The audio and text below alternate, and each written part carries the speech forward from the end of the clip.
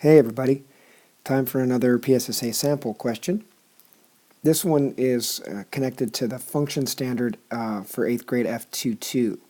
And this one should be familiar to you because we did some activities last week in which we drew some graphs that described what it would be like to walk to or from home over time. So let's have a look at this problem right here. Andrea walks 5 miles from the library to her home.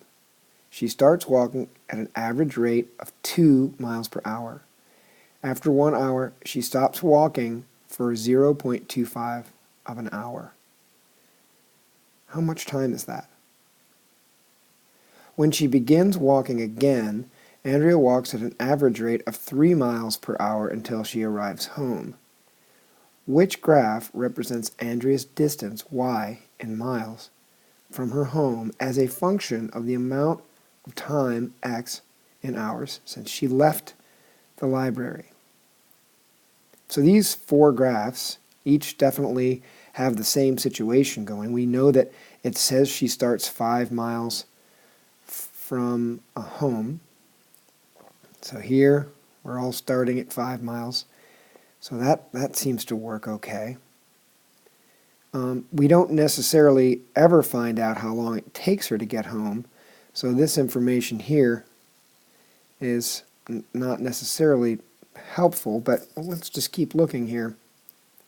After 1 hour, she stops walking for 1/4 of an hour. So as you saw before, that's 15 minutes. But it's also thought of as 1/4 of an hour. And you remember when we drew those graphs last week, when we weren't moving, when our distance from home wasn't changing, that's when the graph was flat. Time continues to go on, but our distance isn't really changing. And so these two graphs each show a stoppage here where she stopped, whereas these two don't. This one shows a change in the speed, but it doesn't show that she stopped at all, and this one doesn't even show that she changed her speed, which we know from the problem that she did. She walked 2 miles per hour and then 3, so she went a little faster.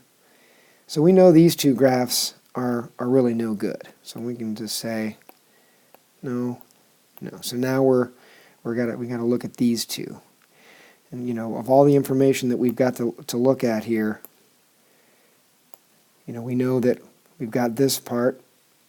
She stopped for 1/4 of an hour. We have to compare those two graphs in that respect. We have to compare them to see which one, or if both of them show a rate of 2 miles per hour for this part. And then we want to know, if we can't determine which one's correct, maybe we could look at this part to see if both graphs are which one has the right rate for the second part of her trip of 3 miles an hour. Well, let's start with the stop, because that was the first feature we noticed. So we noticed that here's where the stopping is happening. So she's going from, this is 1 hour, and then this is 1.5, so this must be 1.25. So that one checks out. We look here, same thing. So the stoppage amount is not the difference between these two graphs.